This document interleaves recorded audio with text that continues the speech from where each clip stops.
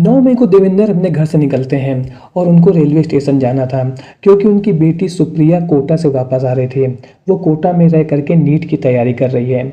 लेकिन जब देर रात तक देवेंद्र अपने घर वापस नहीं आते, यानी कि वो रेलवे स्टेशन से घर वापस नहीं आते हैं, तो घर वालों को उनकी चिंता होती है और घर वाले यही सोचते हैं कि इतनी देर रात हो गई है लेकिन अभी तक देवेंद्र नहीं आए हैं। इसके बाद वे देवेंद्र की पत्नी माया को फ़ोन करते हैं और उससे पूछते हैं कि क्या देवेंद्र शहर में आए हुए हैं। तो उनकी पत्नी माया यही कहती है कि आज देवेंद्र शहर वाले घर में नहीं आए हुए हैं। माया की इन बातों को सुन करके घर वालों को बहुत चिंता होती है और वो लोग लगातार देवेंद्र को आसपास के गांव में लोगों को फ़ोन करते हैं और उनसे पूछते हैं कि क्या देवेंद्र उनके घर में आए हुए हैं।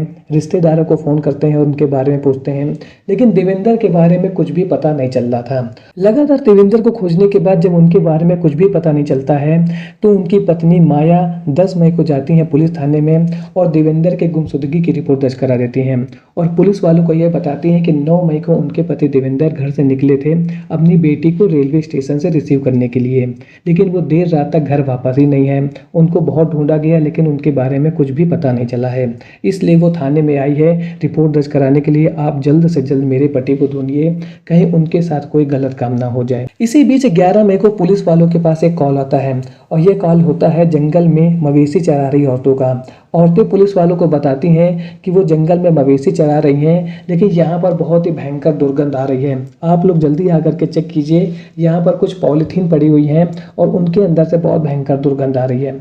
पुलिस वालों को जब ये बात पता चलती है तो वो तुरंत उस जगह पर पहुंचते हैं और वहां पर चेकिंग करते हैं तो उनको पॉलीथीन के अंदर कटे हुए हाथ और पैर मिलते हैं। और इसके बाद जब पुलिस और ज़्यादा चेकिंग करते हैं तो उनको कुएं के अंदर से एक धड़ मिलता है जिसके हाथ पैर तो नहीं थे लेकिन एक इंसान का धड़ पड़ा हुआ था। तो पुलिस वालों को ये पता चल जाता है कि किसी ने किसी व्यक्ति को काट करके, यानी कि हाथ पर उसके काट करके यहाँ पर फेंका है, यानी कि उसके धड़ को कुएं में फेंक दिया है और हाथ पैर को इधर फेंक दिया है, लेकिन उस व्यक्ति का सर उनको वहां से नहीं मिलता है। तो क्या पुलिस को जो जंगल से ये लाश मिली थी जिसके हाथ पैर अलग थे और धड़ अलग था, ये देवेंद्र के ही थे या किसी और के थे? और ये देवेंद्र के ही थे, तो उसके साथ इतना बड़ा कांड किसने किया था? किसने देवेंद्र को इतने बुरी तरीके से मार करके यहाँ पर फेंक दिया था? तो जानेंगे सब कुछ आगे इस वीडियो में। इससे पहले आप वीडियो को लाइक और चैनल को सब्सक्राइब जरूर कर दीजिए क्योंकि ऐसे इंटरेस्टिंग और मज़ेदार वीडियो मैं आप लोगों के लिए हर रोज़ लेकर के आता हूँ।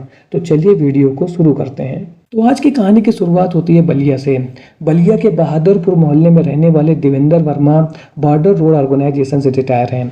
वो रिटायर हो चुके हैं और उनकी उम्र 62 साल के आसपास है। उनकी 28 साल पहले शादी हुई थी माया देवी के साथ है।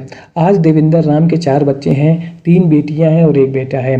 बड़ी बेटी जयपुर में रह करके नौकरी कर रही है, वहीं बीच वाली बेटी नोएडा में रह करके नौकरी कर रही है। छोटी बेटी सुप्रिया जो है वो नीट की तैयारी कर रही है, वहीं जो बेटा है वो सबसे छोटा है और वो पढ़ाई कर रहा है। यानी कि देवेंद्र का अच्छा खासा परिवार है और परिवार में खुशहाली है और परिवार में किसी भी तरीके की कोई दिक्कत नहीं है। बच्चे सेटल्ड हैं और परिवार भी बहुत अच्छी तरीके से चल रहा है। देवेंद्र के पास 2 घर हैं, एक घर शहर यानी कि बहादुरपुर मोहल्ले में है और दूसरा घर हरिपुर गांव में है। रिटायर होने के बाद में ज़्यादातर देवेंद्र राम अपने गांव में ही रहते हैं, लेकिन उसकी जो पत्नी है माया देवी वो हमेशा बहादुरपुर मोहल्ले में जो उसका शहर में घर है वहीं पर रहती है। और पति पत्नी का एक दूसरे से दूर रहना ही इस पूरे कांड की एक कड़ी बनने वाला है।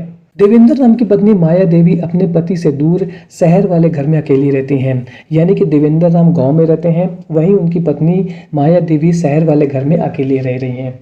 और इसी बीच में माया देवी का रिलेशन पास के रहने वाले एक 23 साल के लड़के अनिल के साथ हो जाता है। उनके बीच में एक ऐसा रिलेशन स्थापित हो जाता है जो एक पति पत्नी का रिलेशन होता है। और जब भी देवेंद्र राम शहर वाले घर में नहीं रहते थे तो उस पूरे टाइम पीरियड में जो अनिल था वो माया देवी के साथ ही रहता था, यानी कि उनके बीच में आप ये बोल सकते हैं कि ऐसा रिलेशन था जो एक हस्बैंड वाइफ का होता है। और इसके बारे में धीरे धीरे सबको पता चल जाता है। सबसे पहले मोहल्ले वालों को पता चलता है, मोहल्ले वाले यह बात देवेंद्र राम तक पहुंचा देते हैं और जब यह बात देवेंद्र राम को पता चलती है तो वो माया देवी को बहुत डांटते हैं और उससे कहते हैं कि तुम कैसी माँ हो, तुम्हारे 4 बच्चे हैं, इसके बाद भी तुम अपने से 20 साल छोटे लड़के के साथ ऐसा रिलेशन रख रही हो। लेकिन माया देवी को इन सब बातों से कोई भी फर्क नहीं पड़ रहा था और वो अपनी इच्छाओं को अपने से 20 साल छोटे अनिल के साथ पूरा कर रही थी। और जब भी देवेंद्र इन सब बातों का ऐतराज़ करते थे तो ये सब बातें माया देवी को बहुत ज़्यादा बुरी लगती थी और इसी कारण उनके बीच में लड़ाई झगड़े भी होते थे और बहुत बार देवेंद्र राम जम करके माया देवी की पिटाई कर देते थे और ये सब बातें माया देवी को बहुत ज़्यादा परेशान करती थी और अपनी पिटाई की बातें और जो भी सुख दुख की बातें थीं वो सभी बातें वो अनिल को बताती रहती थी और अनिल को भी बहुत ज़्यादा बुरा लगता था। अनिल कुछ ऐसा नहीं था कि जो बहुत ही पढ़ा लिखा हो, बहुत ही होनहार हो, वो ट्रक चलाने का काम करता था, लेकिन उसके अपने से 20 साल बड़ी माया देवी के साथ ऐसे रिलेशन हो चुके थे और जिनको वो ख़त्म करना नहीं चाहता था। माया देवी के लव अफेयर की बातें उनके बच्चों को ही पता थी, यानी कि तीनों बच्चे और लड़के भी ये जानते थे कि माँ शहर वाले घर में किसी युवक के साथ रहती हैं, यानी कि ये सब बातें उनको मालूम थी। और इसके बाद भी माया देवी को इन सब बातों से कोई भी फर्क नहीं पड़ता था और वो धड़ल्ले से अपने जीवन को अनिल यादव के साथ काट रही थी और मस्ती से जी रही थी। लेकिन जब लगातार देवेंद्र राम की रोक टोक उनके ऊपर बढ़ती जाती है और वो उसके ऊपर दबाव बनाते हैं कि तुम ये रिलेशन तुरंत समाप्त कर दो, तो माया देवी को ऐसा लगता है कि देवेंद्र राम अनिल और उसके बीच का जो रिलेशन है उसमें रोड़ा बन रहे हैं और अब वो ये सोचने लगती हैं कि वो वक्त आ चुका है कि उनको अपनी 28 साल की जो शादी है उस रिलेशन से बाहर आ जाना चाहिए।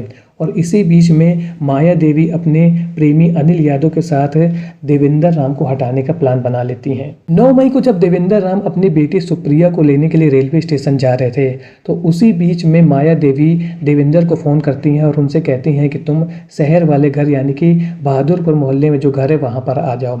देवेंद्र राम तो घर से यही कह के निकले थे कि वो रेलवे स्टेशन जा रहे हैं और परिवार वालों को ये नहीं मालूम था कि वो अपनी पत्नी के पास बहादुरपुर जा रहे हैं। जैसे ही देवेंद्र राम बहादुरपुर वाले घर में पहुंचते हैं वहां पर पहले माया देवी उनको अपने पास बैठाती हैं और बहुत ही मीठी मीठी बातें करती हैं और इसके बाद उनको कोल्ड ड्रिंक पीने के लिए ऑफर करती हैं। पहले से ही माया देवी ने कोल्ड ड्रिंक में एक नशीला पदार्थ मिला दिया था। जैसे देवेंद्र राम उस कोल्ड ड्रिंक को पीते हैं वो बेहोश हो जाते हैं।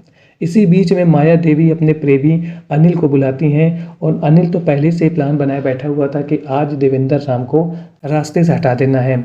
अनिल अपने 2 साथियों के साथ माया देवी के घर में आता है और इसके बाद वे चाकू से देवेंद्र राम के 4 टुकड़े कर देते हैं बेहोशी की हालत में। उसके हाथ पाँव अलग कर देते हैं, धड़ अलग कर देते हैं और सर को अलग कर देते हैं। फिर चारों ये प्लान बनाते हैं कि रात में देवेंद्र राम की बॉडी को ठिकाने लगाना है। अनिल तुरंत जाता है, एक कार लेके आता है और इसके बाद चारों मिल करके जो देवेंद्र राम की बॉडी के टुकड़े किए थे उसको कार में रखते हैं और 38 किलोमीटर दूर जंगल में जा करके हाथ पांव को जंगल में वहीं जो उसका धड़ था उसको कुएं में फेंक देते हैं और देवेंद्र राम का जो सर था उसको घाघरा नदी में फेर देते हैं। ये पूरा कांड करने के बाद ये सब वापस अपने घर में आते हैं और घर में जितना भी खून पड़ा हुआ था उसको अच्छे से साफ कर देते हैं। इसी बीच में घर वालों का गांव से फोन आने लगता है माया देवी के पास कि अरे देवेंद्र राम घर से निकले थे बेटी को रिसीव करने के लिए, कहीं तुम्हारे पास तो नहीं आए हुए हैं। तो वो साफ झूठ बोल जाती है माया देवी कि नहीं भैया, देवेंद्र तो यहाँ पर आए नहीं थे, वो शहर आए नहीं हैं, हो सकता है कि वो कहीं और चले गए हों।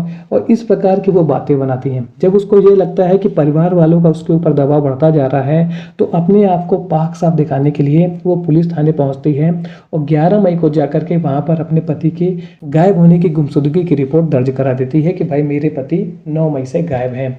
इस प्रकार का षड्यंत्र वो रचती है। और इसी बीच पुलिस वालों को 11 मई को उस जंगल से वो सभी पॉलीथीन मिल जाती हैं जिनमें भर करके देवेंद्र की लाश को फेंका गया था। लेकिन पुलिस वालों को अभी यह नहीं मालूम था कि ये बॉडी उसी व्यक्ति की है जिसके गुमशुदगी की रिपोर्ट दर्ज कराई गई है। जब ये सब बातें देवेंद्र की बेटी सुप्रिया को पता चलती है तो उसका माथा ठनकता है और उसको ये लगता है कि कहीं ये कांड उसकी माँ ने तो नहीं किया है, क्योंकि उसको मालूम था कि माँ का अपने से 20 साल छोटे अनिल यादव के साथ लव अफेयर चल रहा है और इस वजह से पिता और माँ के बीच में हमेशा लड़ाई होती रहती थी। वे तुरंत अपनी बड़ी बहन के पास जाती है और उसको पूरी कहानी बताती है। दोनों बहनें बलिया आती हैं और थाने में पहुंचती हैं और इसके बाद अपनी माता और उसके प्रेमी के खिलाफ में FIR दर्ज कराती हैं और पुलिस वालों से यह कहती हैं कि हो ना हो मेरे पिताजी के गायब होने के पीछे मेरी माँ और उसके प्रेमी का हाथ है। जब पुलिस वालों को यह थ्योरी पता चलती है तो पुलिस वाले एक बार फिर से इन्वेस्टिगेशन करना शुरू करते हैं और FIR के आधार पर माया देवी और उसके प्रेमी अनिल को गिरफ्तार कर लेते हैं। शुरू में तो माया देवी एक बार फिर से टहलाने की कोशिश करती है कि भाई मैंने नहीं किया है, मेरी तो शादी को 28 साल हो चुके हैं, मैं अपने पति के साथ ऐसा कैसे कर सकती हूँ। लेकिन जब कड़ाई से पुलिस पूछती है तो वो पूरी कहानी पुलिस वालों के साथ रख देती है कि कैसे उसने अपने प्रेमी अनिल के साथ मिल करके अपने पति देवेंद्र की हत्या कर दी और फिर उसके शरीर के टुकड़े करके उसको गांव से 38 किलोमीटर दूर जंगल में फेंक दिया है। पुलिस ने माया देवी, उसके प्रेमी अनिल और उसके 2 साथियों को जिन्होंने मिल करके देवेंद्र की हत्या करी थी उनको गिरफ्तार कर लिया है।